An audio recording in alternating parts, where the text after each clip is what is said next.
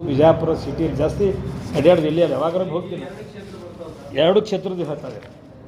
4 ಬಿಜಾಪುರ ಅಲ್ಲಿ ವಾರ್ಡ್ಗಳು ಇಲ್ಲಿ ಸಿಟಿಯಾಗಿ ಅದಾವಲ್ಲ, ಒಂದು 8-5 ವಾರ್ಡ ಅಲ್ಲಿ ಹೋಗ್ತಿರ್ತೀನಿ. ಅಲ್ಲಿಗೂ ನಾನು ನೋಡ್ತಿರ್ತೀನಿ.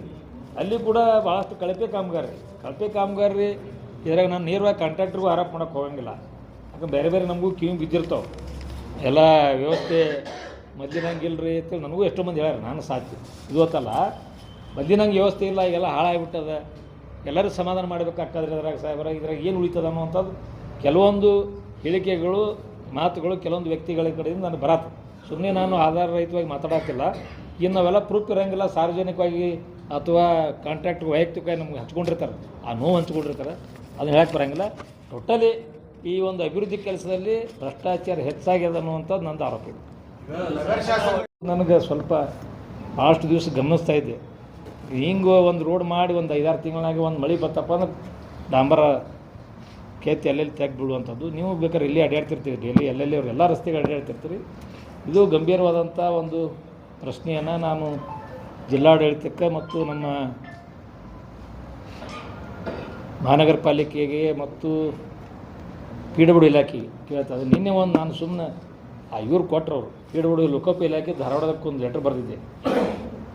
ಎಲ್ಲ ಸ್ಯಾಂಕ್ಷನ್ ಆಗ್ಯಾವು, ಒಂದು ವರ್ಕ್ ಪ್ರೋಗ್ರೆಸ್ ಅಂತ ಕೊಟ್ಟರು.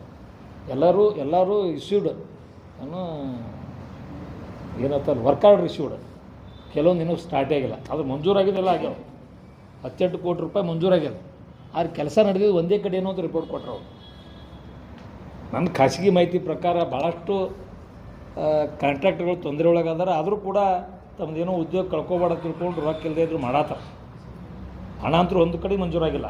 ಎಲ್ಲ ಒಂದು ನಾನು ವರದಿ ತೊಗೊಂಡೆ ಒಂದು ಇದ್ರಾಗ PWD ಇಲಾಖೆದು, ಅದರಲ್ಲಿ ಏನು ಒಂದು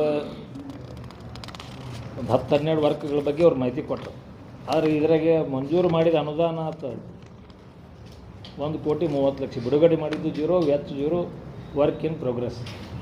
ಎಲ್ಲಿ ರೊಕ್ಕ ಬಿಡುಗಡೆ ಆಗಿಲ್ಲ. ಸರ್ಕಾರದಾಗ ₹1 ದುಡ್ಡಿಲ್ಲ. ಅದ್ರಾಗ ಹೆಚ್ಚಿನ ಮುತುವರ್ಜಿಯನ್ನು ವಹಿಸಿ ಜಿಲ್ಲಾ ಉಸ್ತುವಾರಿ ಸಚಿವರು, ಇಲ್ಲಿಯ ಸ್ಥಳೀಯ ಶಾಸಕರು ಹಣ ಬಿಡುಗಡೆ ಮಾಡಬೇಕು. ಎಲ್ಲಿ ಲೋಪ ಆಗ್ತದೆ, ಎಲ್ಲಿ ಭ್ರಷ್ಟಾಚಾರ ಆಗಿದೆ ಅನ್ನುವಂಥದ್ದು ಅಧಿಕಾರಿಗಳು ತನಿಖೆ ಮಾಡಬೇಕು ಅನ್ನುವಂಥ ನಂದು ಒಂದು ಆಗ್ರಹ ಮೊದಲೇದಾಗ. ಇದು ನನ್ನ ಮೊದಲೇ ಮೂಲ ಪ್ರಶ್ನೆ ಇದೆ. ಯಾಕಂದರೆ